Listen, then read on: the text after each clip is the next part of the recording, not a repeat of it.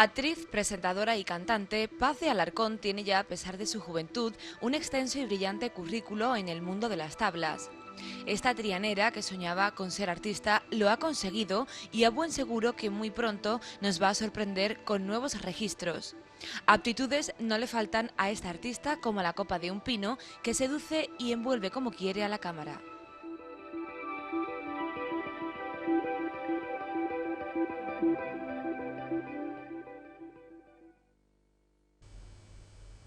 Paz de Alarcón, bienvenida. Muchas gracias, bien hallada. Es usted una trianera que soñaba con ser artista dentro de una familia de 6 hermanos. Pues sí, que soñaba con candilejas, con luces, con escenario y con cosas de esas. Y además con nada que tenía mucho que ver con mi ambiente, porque yo al haberme criado en Triana lo más normal sería que cantara flamenco o algo así. Y a mí me encantaba el musical americano, las películas de chica que yo veía de Gene Kelly, de Fred Astaire, todas esas cosas lo que a mí me gustaba a mí. A esas edades, los amigos, amigas o hermanos, familiares, normalmente dicen que esa persona está loca. Sí, lo siguen diciendo. Lo siguen diciendo, pero vamos, ya se dan cuenta de que, bueno, que con un poco de locura, con una pizca de locura, por lo menos se puede vivir y se puede uno mantener de esto, que es el miedo que tiene siempre la familia, ¿no? El que te mueras de hambre. Y hay momentos chungos, pero bueno, llega un momento en que dices, bueno, pues hago lo que quiero, disfruto de mi trabajo, no estoy 8 horas metida en una oficina, que es lo que mata al artista, ¿no? Y hay muchos artistas viviendo así y eso es mata al arte, ¿no? Y al final pues se acostumbra. Que a usted no le afectaba las críticas de nadie, ¿no? Hombre, no te afecta porque también te coge un momento en la juventud de rebeldía, entonces todo lo que te digan es peor. Como te digan no lo hagas, tú vas y lo haces, ¿no? Con el tiempo entiendes que la familia se preocupa, ¿no? Que dicen, bueno, pero ¿dónde va? Pero no sé qué. Cuando yo decido irme a Barcelona, que yo fui un cisma, ¿no? Pero ¿dónde va esta niña? Y que quiere ser actriz, y que yo no sé qué. En un país donde tampoco hay una industria cinematográfica como para decir se puede vivir de esto. No obstante, para prever, usted estudia peluquería y administrativo. Yo sí. Pero ¿por vocación también o porque había que...? Mi padre, nosotros somos 6 hermanos, yo soy la más chica. Y mi padre dijo, aquí de carrera universitaria, dejarse de tonterías. Aquí cada uno que tenga una profesión. Así que estudiáis un FP. Con muy buen criterio, porque después carrera casi ninguna hemos sacado. Entonces yo estudié administrativo porque eso sí me gustaban las relaciones públicas. Entonces pensaba que estaba en una oficina y eso puede estar. Y después la peluquería la estudié por vocación real. O sea, porque yo con 2 años ya, mi madre siempre cuenta que yo me subía en la peinadora y la peinaba, y yo mis muñecas les tenía cortado el pelo, las teñía. Entonces eso sí ha sido vocacional siempre. Y llegó un momento que pensé, pues lo voy a estudiar, porque además era algo muy artístico, la peluquería es muy artística. Y el maquillaje, todo lo que era estética, todo eso me encantaba, ¿no? Me sigue gustando. Y lo estudié sin pensar que iba a trabajar nunca de eso, pero ha sido una cosa muy importante porque me ha dado la posibilidad de viajar y de ganar dinero en el momento que me ha hecho falta. Es una profesión bastante fácil de acceder y de irte y volver, irte y volver. Un cotilleo, ¿usted va normalmente a la peluquería o se arregla el pelo sola? Yo sola. Yo sola, además, yo si los peluqueros tuvieran que ganar dinero conmigo no hacían nada. Yo solamente me fío de 2 personas para que me corten el pelo. Una compañera mía, que está en Sevilla, y otro amigo que tengo en Barcelona. Pero vamos, casi nunca lo visito tampoco. Yo normalmente me meto en el cuarto de baño un día, digo, ¡ay, pum, pum, pum! Y me pongo a cortarme y me arreglo y me hago lo que sea. Pero claro, cuando nos aproximamos al tema del cine o la televisión, muchas veces la caracterización le obliga A mí me gusta mucho que me arreglen, que me maquillen, que me cambien la imagen, ¿no? Que me hagan una careta y yo sea otra persona, ¿no? Eso es lo bonito de este trabajo, que vives otras vidas aparte de la tuya, que ya es interesante, pero vives un montón de vidas de gente diferente. Y me gusta mucho, pero tampoco me fío de todo el mundo. El que no es como el cocinero que va a comer un sitio, ¿no? Es como decir, bueno, estás siempre intentando no meterte en el trabajo del otro, porque también sé que cuando viene una peluquera a pelarse, dice tú, pero sí tengo un gran amigo maquillador, que además de aquí de Chipiona, vamos, que veranea aquí, tiene casa aquí, que es Enrique González, Lo conozco. Lo conoce. Me ha maquillado varias veces para los pregones del carnaval y todas Tú sabes que él hace mucha... Buen trabajo. Bueno, es un caracterizado estupendo, trabaja en cine, hemos trabajado muchas veces juntos y yo cuando estoy, por ejemplo, con Enrique me pongo en sus manos. Es cierto. Yo le digo, hazme lo que quieras. Pues siempre me deja estupenda, además. Me conoce muy bien la cara, han sido muchos años trabajando juntos. Y hace poco estrené una obra de teatro y no teníamos previsto maquillaje porque era una historia sobre refugiados y entonces íbamos en principio a cara lavada. Pero el día del estreno estuve hablando con la directora de tal y me dijo, bueno, tu personaje es un poco fantasioso, le podíamos dar un toque de color a lo mejor y tal. Llamé a Enrique y digo, Enrique, estoy pensando, ¿dónde estás? Digo, pues estoy en el teatro tal. Ya voy para allá. Y se vino corriendo y sin haber preparado nada, me hizo un maquillaje espectacular. Perfecto. Que además fue lo que le dio el punto al personaje en el último momento, ¿no? Entonces, esos profesionales a mí me encanta trabajar con ellos. Y bueno, ¿en qué momento dice Paz de Alarcón, no aguanto más, me voy a Barcelona y rompo con todo y me voy a ver qué pasa? Pues mira, en el momento en el que yo ya había cumplido con lo que se esperaba de mí, es decir, tenía un trabajo, yo estaba de encargada en una peluquería en Sevilla, en una buena firma, y estaba de encargada, tenía mi trabajo, tenía mi sueldo, tenía mi coche, me había sacado el carnet, en fin, ya tenía una vida encarrilada, para que todo el mundo dijera, bueno, esta niña ya la tenemos encarrilada. Y en ese momento en el que yo dije, ya, esto es aburridísimo, porque Claro. si esto es lo que me espera a mí hasta que me muera, pues yo me muero aquí. Yo tenía entonces 18 años. Y ya me empezó la vena del teatro, empecé a estudiar teatro por las noches en una escuela que se abrió en Triana, en Viento Sur, y ya se me metió el veneno en el cuerpo. Y dije, ¿yo qué hago aquí todos los días trabajando? Esto no es para mí. Y decidí irme a Barcelona. ¿Y por qué Barcelona? Normalmente la gente se iba antes a Madrid, que era como la cuna de donde estaba todo el artisteo y toda la canalla. Sin embargo, usted se va a Barcelona. ¿Por qué? Porque ¿Más en vanguardista o Barcelona más...? es la puerta a Europa de aquí, ¿no? Era mucho más abierto. Tenía posibilidad de trabajar allí en una peluquería, con lo cual ya me iba un poquito con la espalda cubierta. Y además allí hay una escuela de teatro musical, que era lo que yo estaba buscando. Ahora sí hay muchos musicales en España, ahora ya se está viendo en Madrid, pero antiguamente en Madrid no se veía un musical hasta que ya no empezó Paloma San Basilio con El Hombre de la Mancha, después My Fair Lady, ya empezaron a venir las grandes producciones, La Bella y la Bestia y tal. Pero años atrás no había nada, solamente en Barcelona había una gran cultura del musical, con Dagol Dagón, La Cubana y todas estas compañías, entonces eso me llamaba mi atención, pero brutalmente. Y entonces decidí irme allí para estudiar y yo qué sé, y también fue esas cosas que se te infunden. Y dices, pues me voy a ir, yo qué sé, yo tenía 18 años y tampoco imagino que tenía mucha información sobre Barcelona, porque además ni mi familia había ido allí, mi padre tampoco tenía buena opinión de los catalanes, que yo después desmentí, porque yo sí la tengo, y me dio por ahí, y allí estuve 4 años. Es curioso que una mujer que nace en Triana, que es sevillana y todas estas cosas que suelen decir, tiene el gusto por el musical norteamericano, por el jazz, es algo porque podía haber dicho, bueno, voy a cantar por la pantoja. Claro, que se hubiera sido lo más normal. Lo más lógico, ¿no? ¿Por qué eso? ¿Ha habido algo que le ha influido? Yo lo he pensado muchas veces, porque lo que pasa es que yo creo que la gente cuando nacemos tenemos un bagaje que no se sabe de dónde viene. Yo no sé si yo creo en la reencarnación o en lo que sea, pero tú tienes algo ahí, tú tienes un gusto por algo. Para usted Ginger Rogers en la sé, otra vida. En los niños se ve, ¿no? Que tienen y dice, bueno, este niño ¿de dónde ha sacado esta afición? Yo no lo sé. Yo lo que sé es que en mi casa, evidentemente, ha habido siempre gusto por la música.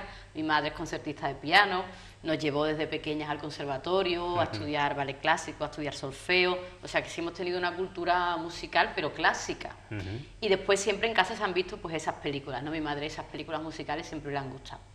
Y tengo mi hermano el mayor, que es el que empezó la rebeldía de la familia, como todos los hermanos mayores, pues a él le gustaba mucho la música negra. Le gustaba Sade, Lionel Richie, y entonces a mi casa empezaron a llegar vinilos, que entonces eran vinilos, de toda esta gente. Y los Blues Brothers, y todo. Entonces lo ponía allí, y él era el mayor, y yo se ve que escuchaba eso. Claro. Y las voces negras siempre me han llamado mucho la atención. Por eso, ¿no? Aretha Franklin, Nora Jones ahora, ¿no? Pero Sade yo creo que me fue a mí, lo veía muy sensual. El saxo me parecía un instrumento súper sensual, muy cálido, y me llamaba la atención, y quién me iba a decir a mí que yo iba a acabar cantando así, ¿no? Un poco. Pero no era mi pretensión, pero sí que me gustaba mucho. ¿Y esa experiencia en Barcelona cómo se traduce? Pues en Barcelona hubo momentos buenos y momentos malos, como en todos los comienzos, ¿no? Porque claro, yo me voy allí con una maleta, con un trabajo en principio con el que yo pensaba trabajar media jornada y estar estudiando, pero claro, cuando llegas a la realidad de alquilarte un piso, de vivir de tu trabajo, de la escuela, porque claro, las escuelas eran privadas. Yo recuerdo en aquella época costaba 30.000 pesetas la escuela al mes, entonces yo tenía que trabajar jornada completa. Era bastante complicado cuando te vas a la realidad, ¿no? Entonces entiendes los miedos de todo. Pero dices, bueno, tiras para adelante. Entonces conseguí entrar en esta escuela, yo tampoco me la podía pagar, me estuve un año trabajando y tal, me la estuve pagando, y era una escuela como Fama, que esa serie también imagino que me marcó mucho, ¿no? En mi juventud.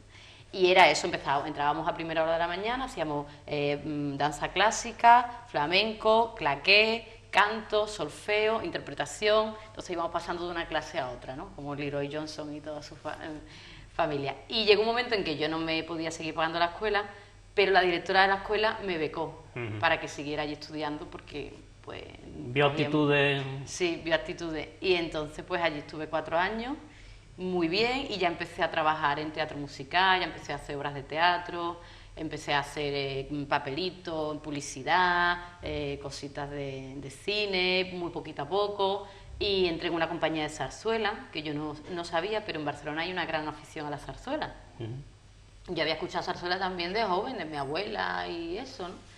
Que te suena El manojo de Rosa, todas las gavilanes y todo esto. Y entonces pues entré en una compañía de zarzuela, y así estaba en una compañía de teatro, una de zarzuela, y cada mes estrenábamos una zarzuela y una obra de teatro, con lo cual yo estaba todo el día en la peluquería estudiando libreto. Me imagino que preferirá usted, cuando habla del musical, actuar con una orquesta de verdad a hacerlo con la música en lata, que muchas veces...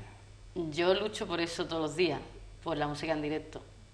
Es más, yo he trabajado en televisión mucho tiempo, y tú sabes que en televisión los artistas llegan y muchos incluso quieren cantar en directo, pero los medios no dan para ello, ¿no? Y es muy complicado sonorizar a un artista, luego sonorizar a otro en una gala.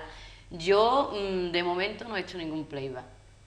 Siempre que he cantado en directo. Pues que prefiero cantar con una guitarra sola hacer un playback, porque es que yo veo que es para mí es un fraude.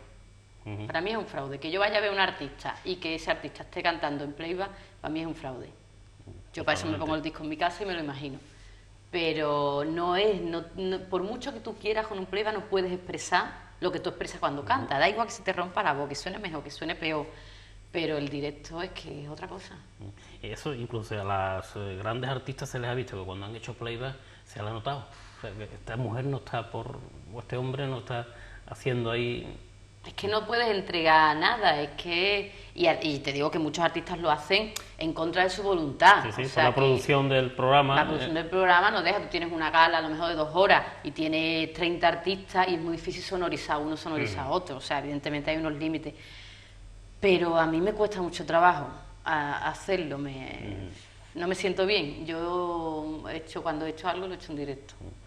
Usted que ha tocado todos los palos de la comunicación y todas estas historias de lo que vamos a hablar, pero creo que quizá la mayor vocación donde más ha tirado ha sido el teatro, ¿no?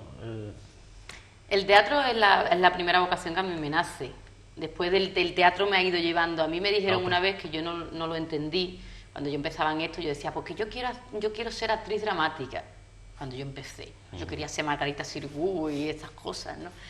Y me decía, y alguien de la profesión me dijo, tú harás lo que la profesión quiera de ti.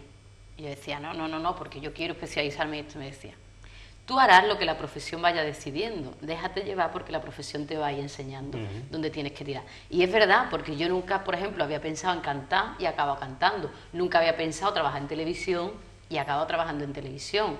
Entonces, las cosas se van poniendo así y tú decides Después, yo me veía muy dramática, pero después cada vez que ya actuaba la gente me decía, pero es que tú tienes una vena cómica. Una vis cómica. Y yo decía, pero yo ¿dónde tengo la vis cómica si yo me veo muy sosa?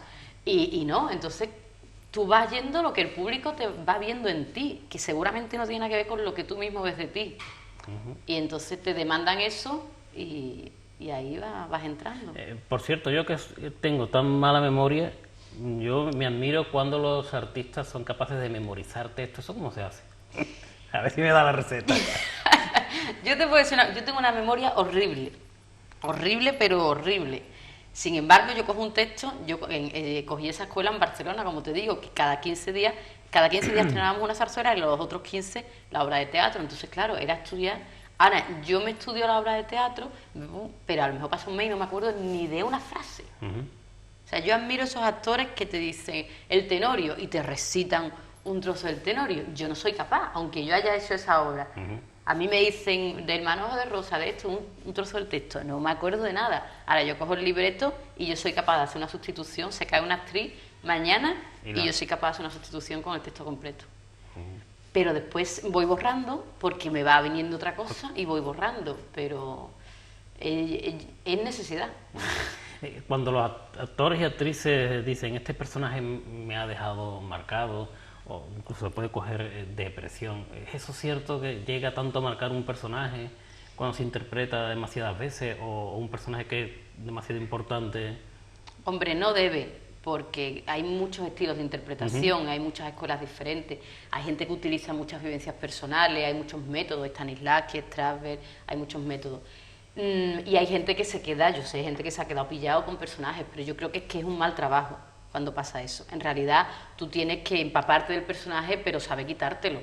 Uno de los ejercicios que hacemos siempre cuando estudiamos teatro es entra, sal. Es importantísimo saber entrar y saber salir, porque si no sabes salir, te puedes quedar pillado.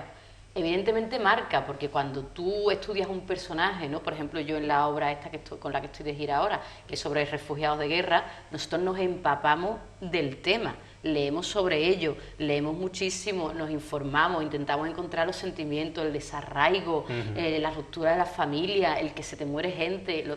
Entonces te marcan el sentido de que te empapas de una historia que yo creo que lo bonito de esto lo bonito de esto es eso, ¿no? Que tú creces con cada personaje, tú creces y descubres cosas de ti mismo y te pones en el punto de vista de otra persona que a lo mejor está a 1000 kilómetros de distancia, en una situación en otro país que no tiene nada que ver con tu vida, y tú en un momento dado sientes lo que esa persona siente, porque lo tienes que sentir para transmitirlo, que es nuestro trabajo, ¿no? Hacemos una vía entre aquel y el espectador. Y entonces te marca, cada personaje te marca, pero no te debe marcar mal, te debe marcar como crecimiento personal. Que yo por eso me gusta mucho esto, porque es una manera de crecer. Hay que saber ser capaz de bajarse de ese autobús en el momento. Claro, si no te choca, es que no. Es igual como la fama, ¿no? Como te quedes pillado ahí, mal estás, ¿eh? Porque hay gente que se engancha a la fama, o se engancha a un personaje, o se engancha a su propio personaje. Porque nosotros tenemos, evidentemente, todos los que nos ponemos delante de una cámara o al público, tenemos un personaje público y después tenemos el nuestro. Tú también tienes que saber bajarte de tu propio personaje, porque si no, psicológicamente afecta. Por cierto, la interpretación requiere una capacidad física también, pero el musical sobre todo. ¿Cómo soluciona eso? Porque hay que estar siempre en forma, ¿no?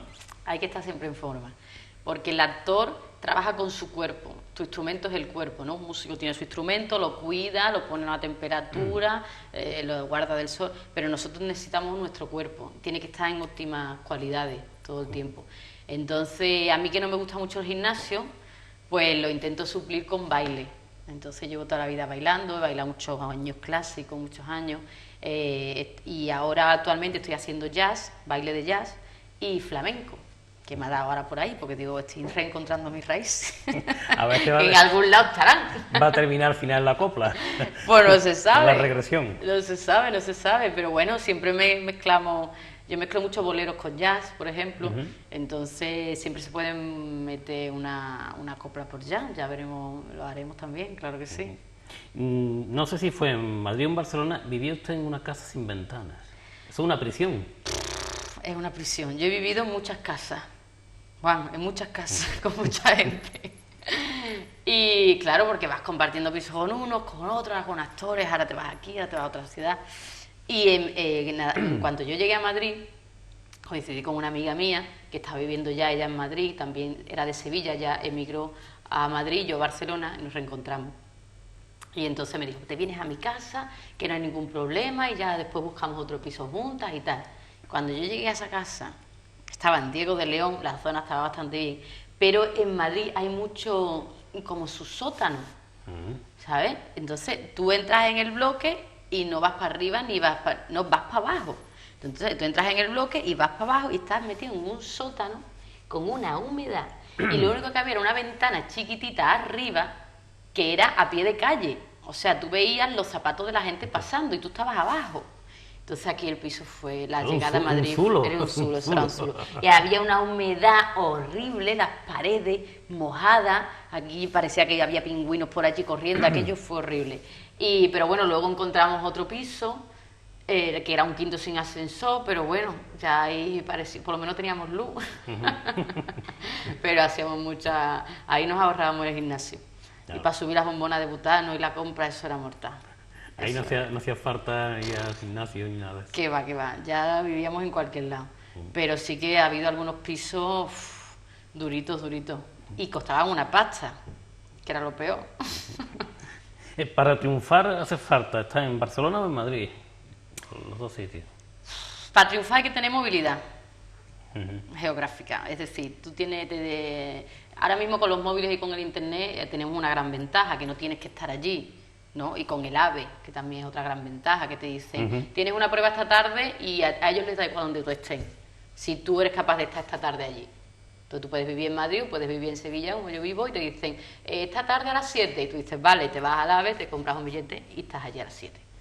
Entonces hace falta tener movilidad y de vez en cuando darse un paseíto por Madrid y por Barcelona. Porque claro, también te tienen que ver, todo no puede ser por teléfono. De todas maneras, usted ya también está en todo el mundo, porque tiene una página web, la pueden ver desde cualquier confín del mundo. Pues sí, yo tengo una página web que es www.pazdalarcon.com, para todo el que la quiera ver. Y realmente es lo que te digo, el internet te da eso, ¿no? Ahora por internet me han localizado desde Cuba para un papel, que echamos ahí en conversaciones a ver si lo hago para una serie. Entonces de repente tú estás ahí y te llega un trabajo de... No me diga que va usted a ir a Cuba. Puede ser. Eso estamos. Es un país que me llama muchísimo la atención. Tengo muchos amigos cubanos, actores, que han estado por Sevilla, que he trabajado con ellos. Y la verdad me haría mucha ilusión. Y me han contactado a través de internet, han visto mis trabajos. Yo tengo colgado algunos vídeos míos, ¿no? Canciones, actuaciones. Entonces cualquiera, en cualquier lugar del mundo, puede verlo y decir, pues esta chica me da el perfil para este personaje. Por eso te digo, tengo que tener movilidad geográfica. Claro. Si me llaman de Cuba, voy a Cuba. Si me llaman de Berlín, me voy a Berlín. No tengo problema. Yo lo que quiero es trabajar.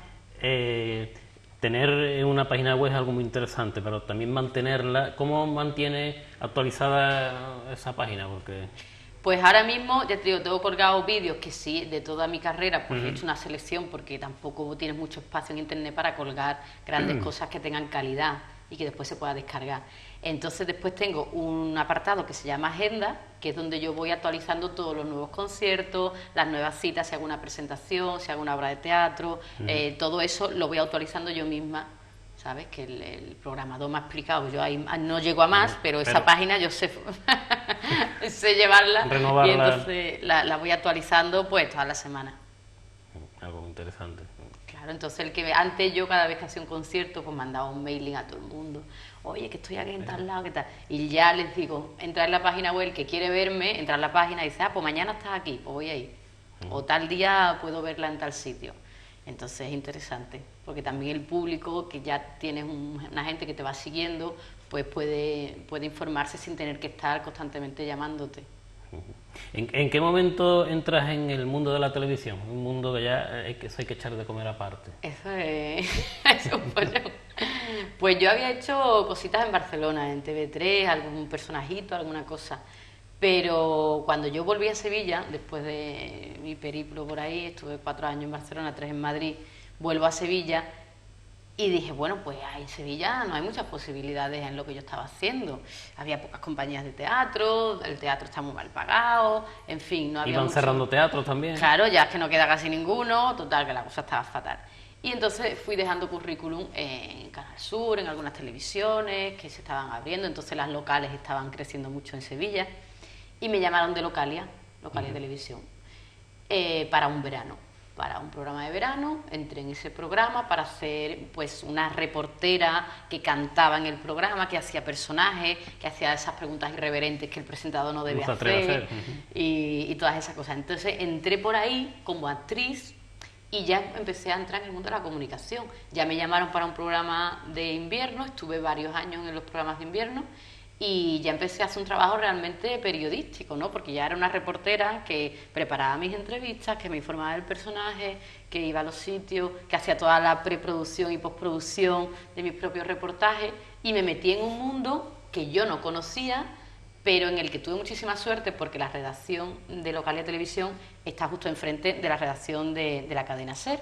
Entonces, claro, había una cantidad de compañeros, gente a las que yo admiraba mucho, que había escuchado en la radio siempre, que me echaron una mano, ¿no? Que yo tenía que preparar una entrevista. Recuerdo el día que tuve que entrevistar a Iñaki Gabilondo, que yo decía, pero ese hombre cuando yo le pongo un micrófono delante va a decir, pero niña, ¿tú eres becaria? O claro, yo no tenía, en esas lindes no estaba muy puesta.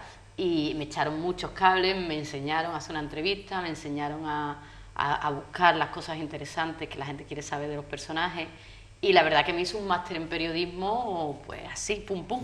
¿Y qué le ha parecido ese mundo del periodismo?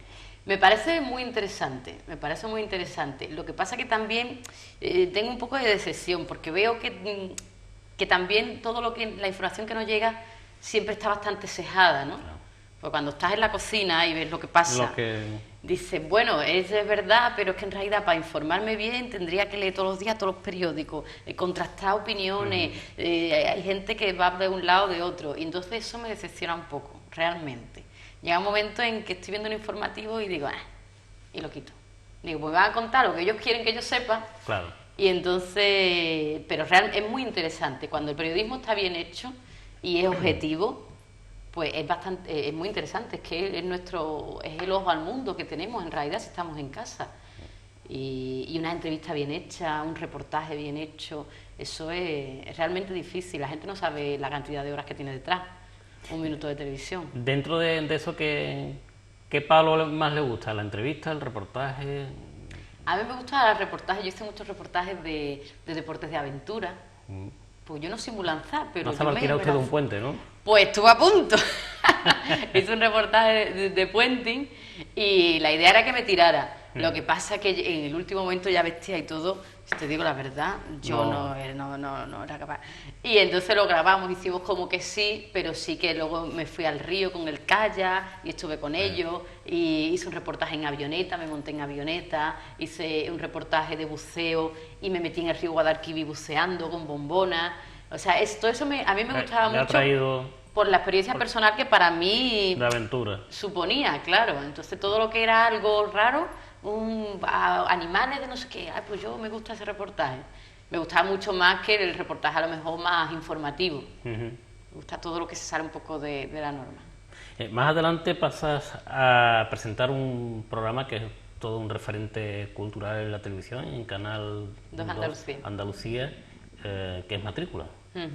¿Cómo ha sido esa experiencia? Pues Matrícula me vino así también de repente. Yo recuerdo que estaba de vacaciones en Lanzarote y me llaman, ya había dejado, bueno, ya era un poco conocida porque había trabajado en Localia, y me llamaron para hacer un casting. Me dijeron, estaban buscando el sustituto de Constantino Romero en un programa, un concurso en Canal 2 Andalucía, y yo de vacaciones en Lanzarote, yo dije, ya qué pereza, ahora me tengo que volver. Total, que me volví. Y sin ninguna esperanza, porque además el sustituto de Constantino Romero son palabras mayores, ¿no? Es un referente en la televisión y los concursos en este país. Y entonces hice el casting, me dijeron que muy bien y tal, y dije, bueno, aquello no saldrá seguro. Entonces ahí estuve esperando varios meses, no sé qué, ya era el verano, y me llamaron para trabajar en Telecinco, en Madrid. Total, esta gente no me contestaba, me decían, bueno, estás entre tres, pero no acababan de contestarme. Me fui a Madrid buscando de nuevo piso en Madrid porque me había salido este trabajo en Telecinco, que era de reportera también, un programa de tarde, y nada, firmo contrato en Telecinco, me pongo a trabajar en la redacción, me presentan a todos mis compañeros y esa misma mañana me llaman de Canal Sur. ¿Qué propio, cómo se diría aquí? Que el programa es tuyo. Digo, pero bueno, ¿y ahora qué hago yo? Tú imagínate el plan. Ya con el piso allí, medio apalabrado, Digo, bueno, claro, no tenía color de presentar un programa que además me apetecía mucho, cultural, de jóvenes, de estar de reportera en Madrid de nuevo, con lo duro que es Madrid. Y yo dije, yo me voy a mi casa. Así que hablé con la gente de Telecinco, se lo expliqué. Fueron comprensivos en ese caso, quizás, ¿no? Fueron comprensivos porque saben que este medio es así, que evidentemente si te sale una oportunidad no la vas a dejar. Eso sí, vamos así todos, ¿no? Y además hay 27 detrás esperando, ¿no? Tu puesto. Tampoco pasa nada, ¿no? Y entonces me volví para Sevilla corriendo y efectivamente firmamos contratos y estuvimos 2 años con un programa que me ha dado muchísimas alegrías, porque un programa cultural con jóvenes que era diario además, que se repetía después por la mañana y se veía por la tarde, familiar, que veía todo el mundo, teníamos un mail y nos escribían cosas muy bonitas. Para mí era muy gratificante porque era yo sola con 2 parejas de equipo, todos los institutos de Andalucía que iban compitiendo entre ellos. Luego las finales, ya llegaba a hacer muchos amigos. Yo tengo muchos chavales de aquella época que me siguen escribiendo, que me ven por la calle, que vienen a mis conciertos y cosas muy bonitas, ¿no? Recuerdo un mail de una gente de Almería que tenían una asociación de jóvenes problemáticos, jóvenes con padres encarcelados y con una serie de problemas, y que todos los días veían el programa y hacían equipos entre ellos y jugaban juntos, ¿no? Entonces el monitor o el que llevaba la asociación decía que les estaba sirviendo mucho para valores como el compañerismo, para el compartir, aparte de lo que aprendían con las preguntas, porque eran culturales, pues el hecho de hacer equipos y de competir unos con otros, que les estaba viniendo muy bien a ellos para, bueno, pues para adaptarse, ¿no? Son cosas bonitas que pasan y son esos daños colaterales que tú no imaginas que puede tener un programa, ¿no? ¿Cómo se produce y se graba un programa como eso? Porque cuando se da una imagen en una televisión, eso tiene un trabajo grandísimo. Tiene mucho trabajo porque ten en cuenta que había un trabajo de producción que iban por todos los institutos de Andalucía buscando también los mejores, ¿no? O sea, que se hacía un casting en cada instituto, después había imagínate, gente que venía de Almería, gente que venía de Jaén, la producción que era eso, ¿no? Chavales que eran menores de edad, que tenían que venir con tutores, era bastante complicado. Lo que pasa es que después se lo pasaban pipa, nosotros no lo pasábamos estupendamente con ellos. Fue anécdotas miles, ¿no? Equivocaciones, los profesores allí intentando ayudarle. A mí que siempre me gustaba darle pistas y de dirección me decían, pero tú no des pistas, pero a mí ya había veces que decía que es tan fácil, los veía tan apurados, ¿sabes? Nos pasó de todo, la verdad. Fueron 300 y pico de programas y muy bien, muy bonito. ¿Y el cine lo prefiere usted porque fija y da esplendor? ¿Porque queda ahí grabado para la posteridad? Yo creo que tiene algo de eso, ¿no? Porque es aquello de decir, bueno, eso se ha quedado grabado para siempre, yo me iré y esa película existirá. Eso creo que lo tenemos todos los artistas un poco, ¿no? El dejar como un legado, ¿no? Que quede ahí. Pero además es que me parece un lenguaje muy bonito, es muy difícil de hacer el cine, no tiene nada que ver con el teatro. Yo he estado haciendo muchos cursos ahora porque, claro, la televisión tiene su lenguaje, el teatro tiene el suyo y el cine tiene el suyo. Nada que ver ninguno con otro. Tiene que tener usted una esquizofrenia ahí. Poco, ya no sé por dónde voy. ¿Dónde estoy? ¿En cine, teatro, televisión? Claro, el tono de voz, por ejemplo, ¿no? En el cine tienes que utilizar un tono muy bajito, en teatro tienes que proyectar la voz y son lenguajes diferentes, corporalmente es diferente, la cámara lo pilla todo, cualquier gesto, cualquier cosa lo pilla la cámara. En teatro no, en teatro tienes que tener otro lenguaje corporal. Entonces ahora he hecho un curso, por ejemplo, con Asunta Serna y Scott Cleverdon, que tienen una escuela en Madrid que son fantásticos y claro, te enseñan el lenguaje del cine, que tampoco hay escuelas en España que te lo enseñen. Es que ahora estamos empezando en eso también, como cuando empezamos con los musicales, pues ahora estamos empezando a enseñar a la gente a hacer cine, a ponerse delante de una cámara, a cuál es tu lado, a estar a favor de cámara siempre, a la voz, son un montón de cosas, a llegar a un rodaje y saber qué es lo que tienes que hacer, que es complicadísimo, porque tú llegas a un rodaje y tú no puedes hablar con el director, porque el director tiene su ayudante, el ayudante tiene otro ayudante, el ayudante del ayudante, el ayudante. ¿El ejército? Eso es, tiene una jerarquía brutal, o sea, tiene una jerarquía, tiene una pirámide que tú tienes que saber, si necesitas algo de luz, tienes que saber con quién hablar, tampoco te puedes ir con el director de luces a hablar, ¿no? Porque tiene una serie de pasos. Entonces, llega a un rodaje y saber nada más moverte dentro del rodaje para saber qué es lo que tú tienes que hacer, no meter la pata, no preguntar más de la cuenta, pero saber lo que tienes que saber es complicado. Y luego aparte interpreta. ¿Y cómo se consigue eso que dice mucha gente? Sale y se come la cámara. Porque no toda la gente consigue... Eso se tiene, eso lo tienes que tener, Juan, eso lo tienes que tener. El artista tiene que tener algo. Y la gente que tiene fotogenia la tiene. Tú hay gente que hace una foto y siempre queda bien, y gente que es guapísima y que no tiene fotogenia. O sea, no es una cuestión de belleza, es una cuestión de transmisión. Hay gente que transmite, que transmite fuerza, que transmite algo, que transmite paz, que transmite calma, que lo que sea, pero tú tienes que tener algo en la mirada. Eso son los ojos. Tú coges una cámara y tú acercas un plano, y hay gente que te aguanta un primer plano 1 minuto y medio, y hay gente que tienes que quitar la cámara porque ya no dice nada más. Ahora, los buenos actores, tú le pones una cámara delante y no tienen que hablar, y te están contando una historia, ¿no? Ese Robert De Niro, ese Jack Nicholson, esa Meryl Streep, que tú le pones una cámara y es que no tienen que hablar. Eso lo tienes que tener. Después se aprende el lenguaje, ¿no? Lo que te digo, que las cosas técnicas tienes que saber para ir a favor tuya, a favor de lo que tú quieres contar, de lo que tú transmites, de cuál es tu imagen, todas esas cosas. Pero si tú no tienes nada, no tienes nada. ¿Y en la escena española cuál es su referente? Hombre, a mí me encanta Bardem, por ejemplo. Bardem me parece que está a un nivel muy importante. Hay muchos grandes actores, los de toda la vida.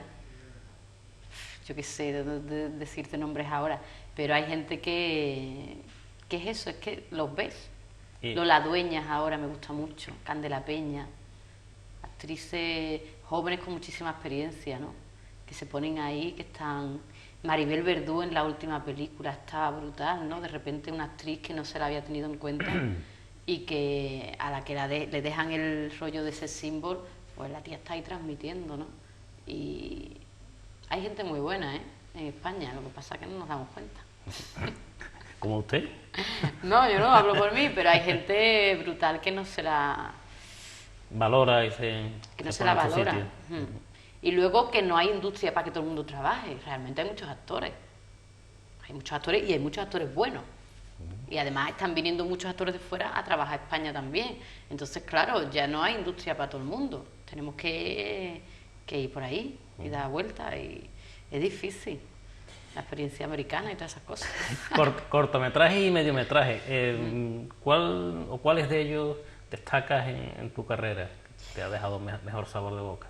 Pues yo, mira, en cortometraje he hecho mucho. Normalmente los cortometrajes, yo no sé por qué, yo se lo sigo preguntando siempre a los directores, por qué siempre hacen historias rocambolescas, historias de miedo, donde siempre sale sangre, donde hay muerte. Yo no sé por qué sus primeros cortometrajes son cosas así. Que a mí ese es un cine que no me atrae de momento, me da miedo. Yo no veo una película de miedo nunca en la vida. Y entonces he hecho muchos así, pero hice uno que se llama Por un ramito de hierbabuena, que es de Ana Núñez, el guión, que es un guión muy divertido, y entonces me lo pasé muy bien, porque era una comedia, en un cortometraje una comedia, que no suelen ser comedias, ¿no? Ese me lo pasé muy bien y además bailaba un poquito y era una historia divertida. Y después 2932, que es del director Carlos Escaño, que es un trabajo muy bueno, con Antonio Deschén, entre otros, ¿no? Pues eso yo creo que va a dar que hablar muchísimo. Ese es un mediometraje de ciencia ficción, está como si fuera el año 2932, ¿no? De nuestra era, y es un poco de thriller, policíaco, y yo hago de una femme fatal, muy guapa. Por ejemplo.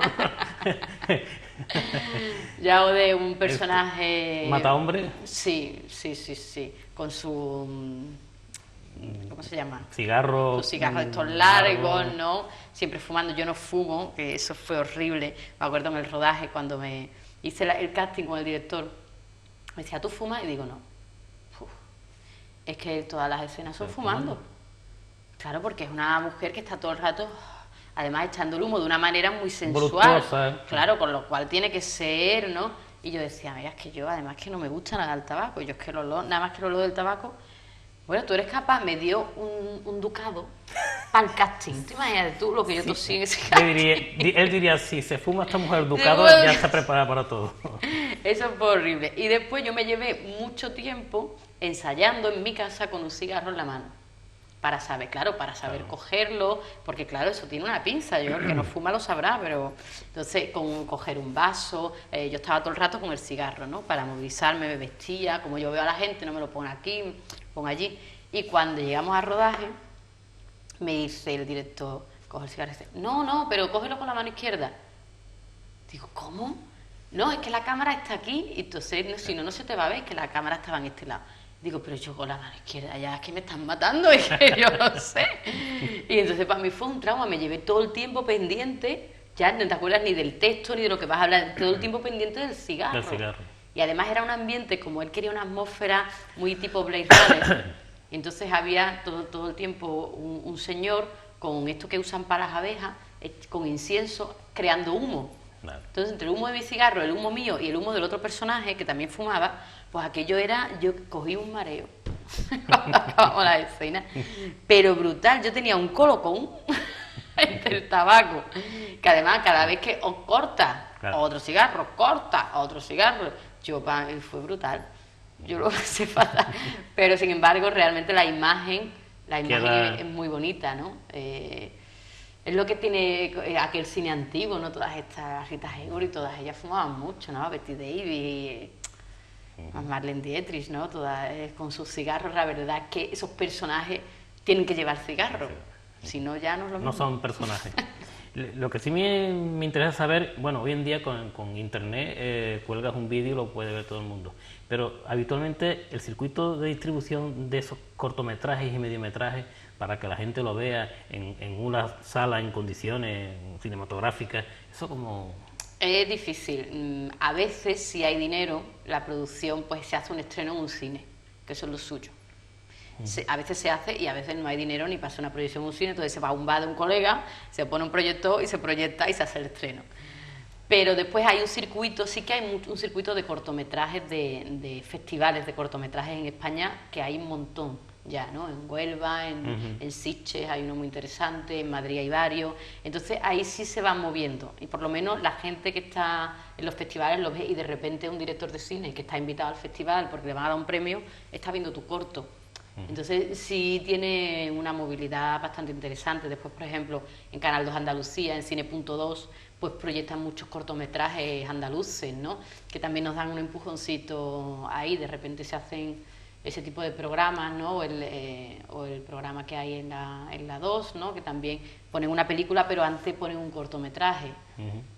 También esa idea que se está llevando a cabo a veces, pero a mí me gustaría que se hiciera más en los cines, que un tiempo se hizo, ¿verdad? Sí, antes se ponía de la película, un cortometraje. Claro, y eso es muy interesante porque le estás dando vida a gente que está creando industria, ¿no? Ahora, por ejemplo, en Andalucía, con la Escuela Andaluza de Cinematografía, que lleva 3 años abierta, pues se está creando ahí un tejido, una gente del audiovisual que está muy bien crearla, pero que le tenemos que dar vida, porque si no vamos a tener un montón de profesionales en la calle. Y no es interesante. Si vamos a crear realmente la gente, vamos a formarla, tenemos ya gente muy bien preparada que no se nos tengan que ir, que se nos queden.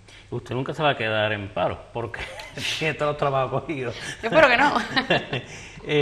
Llega también un momento dado en que, claro, usted está emparentada con la música, con el musical.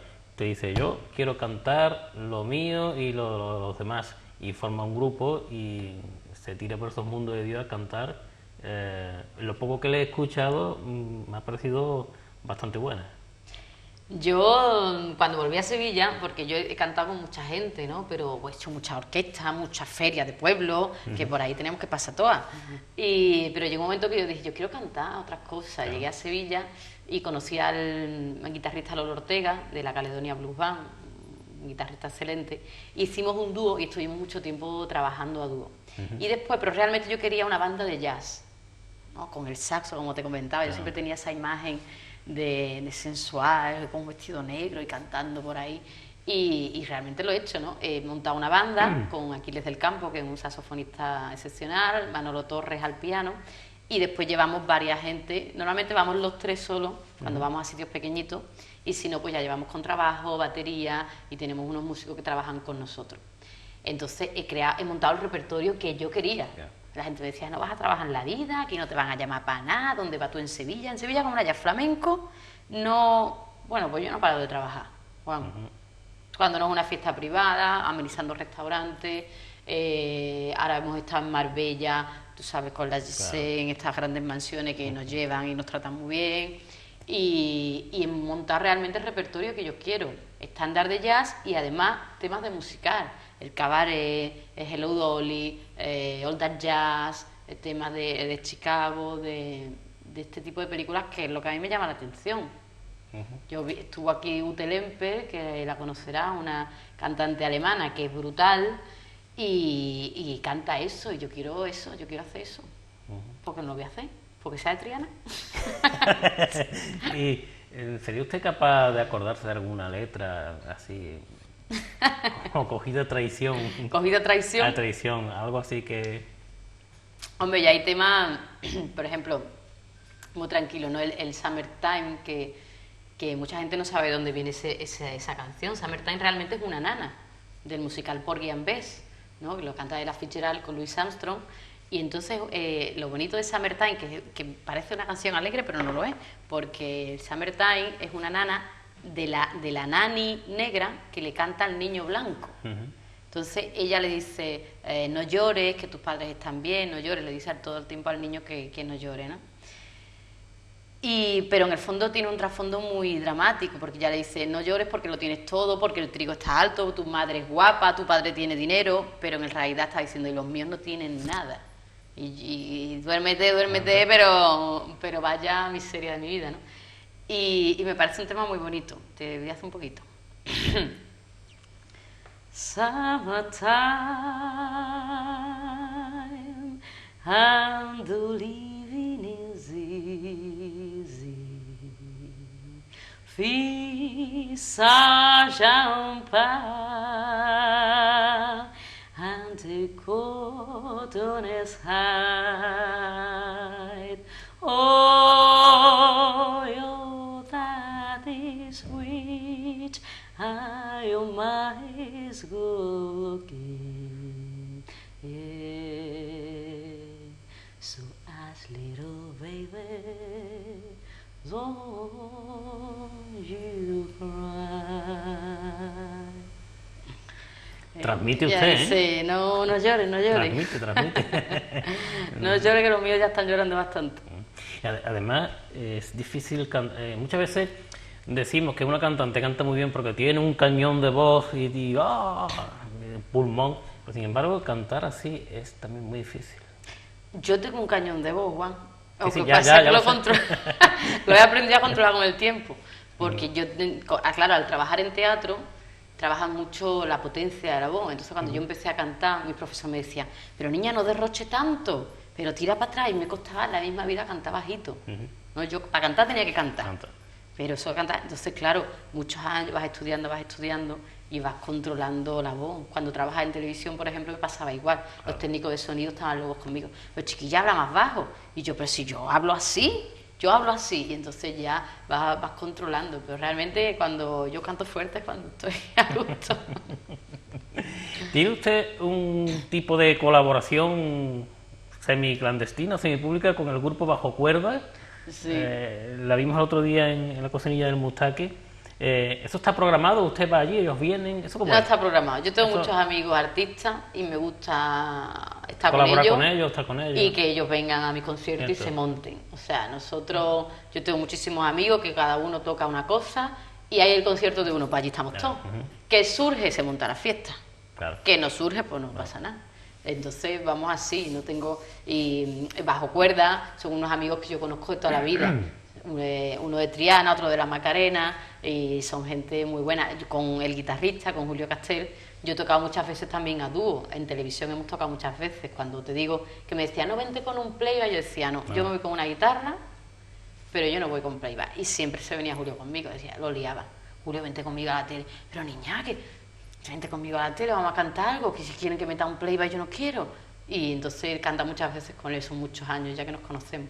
Y con Fernando el cantante también, ¿no? Que él es de Triana. Que por cierto dicen que tiene muchas admiradoras aquí en Tiene Chipiona. muchas admiradoras en Chipiona, yo no sé cómo le salen las novias.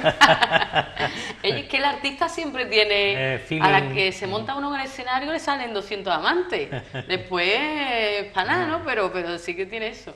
Y entonces ellos están muy vinculados a Chipiona, yo vengo a Chipiona con ellos siempre. Entonces yo aquí, a mí me encanta venir por eso, la cocinilla de Mustaki, todos esos sitios que ellos me llevan a tomar mis moscateras, mis cositas, mis ortiguillas que me encantan, mis tortillitas de camarones, en carnavales. Yo conozco Chipiona gracias a ellos, ¿no? Y a otros grandes amigos que tengo aquí, periodistas, ¿no? Que tú también conocerás, Miguel Gallardo, Marina Bernal, gente de aquí, ¿no? Que me van llevando. Y ellos actúan muchas veces, todos los veranos actúan aquí. Y yo me engancho. ¿Que vamos a actuar a Chipiona? Digo, pues yo voy para allá. Y siempre cae alguna canción, claro que sí. A veces son unas cuantas. Por cierto, una de las canciones que usted interpretó, le intuí que tenía algo de musical. La forma de interpretarla, la forma de parar, de finalizar. Yo no recuerdo ya ni lo que hacemos, porque cuando me monto en el escenario ya no sé ni lo que estamos creo cantando. que era la canción de rezar una pequeña oración. No sé si era de Aretha Franklin o... Natural Woman hicimos, o I Say a Little Prayer. Ese. Bueno, a mí Aretha Franklin es que me encanta. I say a little prayer for you, forever and never. Son canciones que todo el mundo sigue, que todo el mundo conoce. Y a mí me gusta hacer esas canciones porque el público participa. Entonces yo les hago cantar el estribillo primero para que la gente se meta en ambiente. Forever and ever, you're still in my heart and I will love you. Y entonces la gente empieza, y después la cantamos todos juntos. Entonces ya no me monto yo a cantar, sino que hacemos una fiesta con la gente que esté allí también, que es lo divertido de la música, ¿no? La música es para compartirla. Yo esos músicos que dicen, no, yo toco lo que me da la gana, si quieren aplaudir, que aplaudan. No. Yo me monto y yo quiero que el que esté ahí me mire. Hombre, ya sí, hago que no me echa cuenta por nada, pero yo por lo menos lo intento, es una interrelación. Si no hay interrelación es como poner la tele. Yo no, yo quiero que participe el público y que cante, y si quieren subir, que también que se suban. Yo siempre está abierto. Por cierto, entre tantas vorágines, ¿cuándo tiene usted tiempo para el amor? Pues más tiempo para el amor hay siempre. Siempre, ¿no? Claro. Lo bueno de esta profesión es que es una vorágine, pero una vorágine realmente tranquila, porque yo no me levanto a las 7 de la mañana y me tomo oficina a las 8. Yo me levanto a las 10, ahora que claro, después me acuesto a lo mejor a las 4 de la mañana, pero tienes tiempo libre, si tú te apañas, tienes bastante tiempo libre para dedicarlo a tu familia, a tu gente, al amor y a todas las cosas que te gustan. Que además es lo que te nutre, porque si el artista no es feliz, no puede ser artista. Usted ha vuelto últimamente con la compañía de teatro con la que había comenzado. Sí, esa ha sido una cosa muy bonita. Esas son las cosas estas que pasan. Yo empecé con ellos pues con 18 años, antes de irme a Barcelona. El primer año que hice yo teatro, ellos me enseñaron todo. Y fue cuando me metieron, además, no es que me enseñaran, es que fueron los que me metieron el gusanillo del teatro. Me motivaron muchísimo. Yo creo que un profesor tiene que hacer eso. Si te ves algo, motivarte. Y yo les dije a ellos, me quiero llevar a Barcelona a estudiar, vete. Pues otros profesores hubieran dicho, no, quédate en la escuela más tiempo, todavía no estás preparada. Ellos me dijeron, vete y aprende, vete y aprende. Y así lo hice. Años más tarde, 14 años más tarde, me han llamado para un montaje, que es que se llama Camino Roto, sobre una historia de refugiados, que es un encargo del ACNUR, y me han llamado los que fueron mis profesores para ser mis compañeros y mis directores, ¿no? Y entonces a mí, pues yo, no hay mucho dinero, digo, me da igual, yo quiero hacer eso con vosotros. Yo quiero hacerlo porque además les tengo un cariño brutal, ¿no? A Maite Lozano y Jorge Cuadrelli. Y en esa obra estamos, entonces todo es cíclico, ¿no? De repente, si hay buena semilla, queda la gente. Yo tengo gente en Barcelona y en Madrid, amistades, que cualquier día sé que vamos a volver a coincidir y a trabajar juntos. Aunque no nos veamos en años. Pero si tú eres bueno con la gente y la gente es bueno contigo, se crean unos lazos muy bonitos. Y a mí me ha hecho mucha ilusión que me llamen, la verdad. Ahora recuerdo que se me olvidó preguntarle antes, en el orden de la música fue usted finalista de Operación Triunfo. Ahí estuvimos también. ¿Cómo fue esa experiencia? Pues mira, fue esto de que te dicen, yo estaba intentando moverme un poco con la música y salió el programa. Tú sabes, la primera edición fue un boom, ¿no? Ya después ha ido degenerando bastante para mi gusto, ¿no? Se ha convertido en un reality show más que en como comenzó, ¿no? La idea artística. Exactamente. Entonces era toda la gente, mi madre, las amigas, pero niña, preséntate, pero preséntate, pero preséntate. ¿Tú sabes lo que es eso aquí todo el día?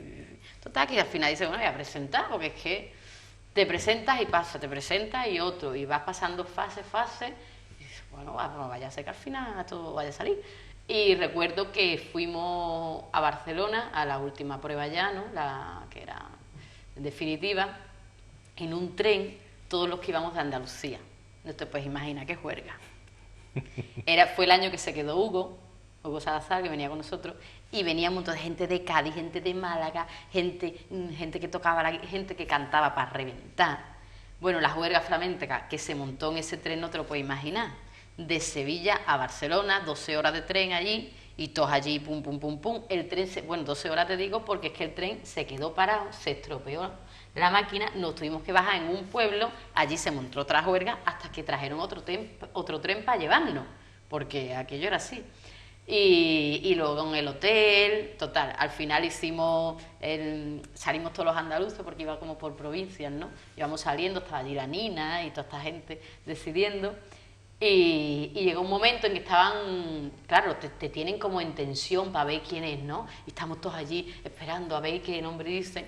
Y nosotros, que ya llevamos muchos años en esto, algunos, dijimos, vamos hasta aquí en tensión, aquí la cámara grabando y todo el mundo ahí. Vamos a ponernos a cantar sevillana. Y nos pusimos allá a cantar sevillana y a bailar. Mientras nos decían sí o no, ya nos daba igual. A nosotros ya, el viaje, la huelga que habíamos montado, ya ya nos bastaba. Y se quedó Hugo en esa ocasión, nos volvimos todos para atrás con otras huelgas para acá y esa experiencia. Sí, sí. Y la vida sigue. Y la vida sigue, claro. Y menos mal que no me cogieron, porque si no, no hubiera hecho todas las cosas que he hecho. Porque ahí ya te llevan por un camino muy específico, ¿no? Y yo quiero hacer muchas cosas. Y sobre todo quiero llevar la rienda de mi profesión yo. Y el problema de estos sitios, ¿no? De una compañía de discos... Entras ya en un... Es que entras en una vorágine que hay un montón de personas que deciden por ti. Y eso no es bueno. Yo creo que no es bueno. Hay que ser más independiente. El artista siempre ha tenido que ser libre, y en el momento en que dejas de ser libre, ¿cuántos grupos se han roto por eso, ¿no? Porque iban estupendos, se llevaban perfectamente, de momento entra el dinero, entra la fama, entra la compañía, hay piques entre ellos, se va la historia, no tiene ya sustancia. Paz, muchas gracias por habernos dejado este momentito y que sigas siendo tú misma. Yo lo intentaré y seguiré viniendo a Chipiona a comerme mis hortiguillas y a ver a mis colegas y a disfrutar con los grandes artistas también que tenéis aquí, que son muchos. Muchas gracias. Gracias a ti, Iván.